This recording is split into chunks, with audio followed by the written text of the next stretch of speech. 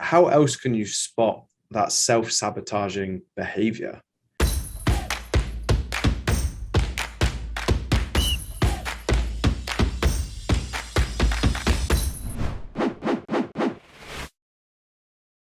So one thing I do a lot, so psychologists call it a functional analysis. It sounds fancy, it's really not.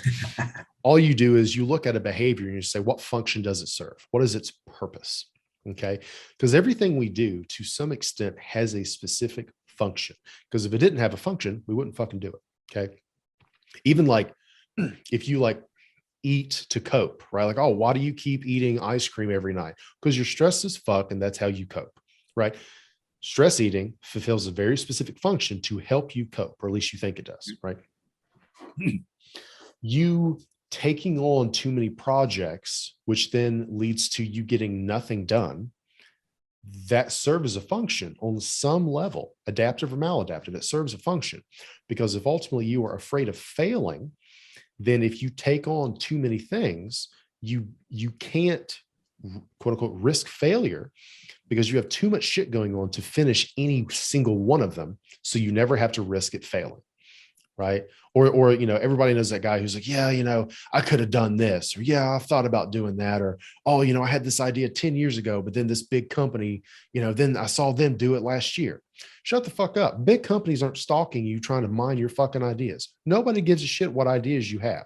People only give a shit what you do with those ideas. Yeah. Right. Execution over, just pontificating.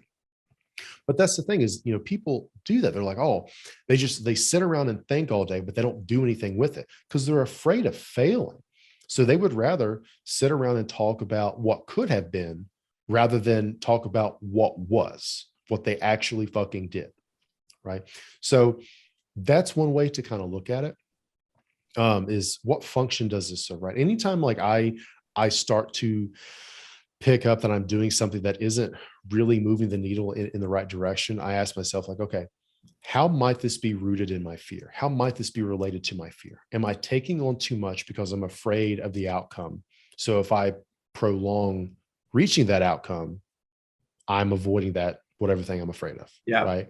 Or, well, I keep missing this deadline, or I keep overcomplicating this, or I spent 3 days trying to pre-optimize, but going down all these fucking YouTube rabbit holes by trying to find the perfect microphone or some shit. Right. Like I did like asking yourself, like, how might this be rooted in my fear? Because it may not be, but typically it is. So the sooner you can just ask yourself that, the sooner you can be like, oh, this is ultimately what I'm afraid of. How can I break that down and say, okay, if the worst case scenario happened, what would I do then? How would I recover? How would I deal with it? Because ultimately, like we fear the unknown.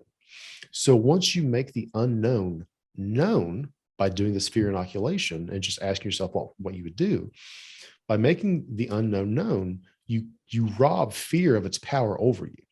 Right? Like if I'm afraid of failure and then I say, okay, let me pretend I fucking failed and fall flat on my face. If that happens, what will I do then? How will I recover? And then if I can develop a plan of this is how I would recover if I utterly failed. Mm-hmm. Well, now I'm like, oh, fuck, I know what I would do. I'm not afraid anymore because if shit hit the fan, I know exactly how I would recover. Love that.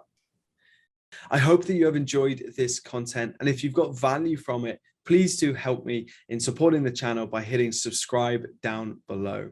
I look forward to sharing more content with you soon. Take care.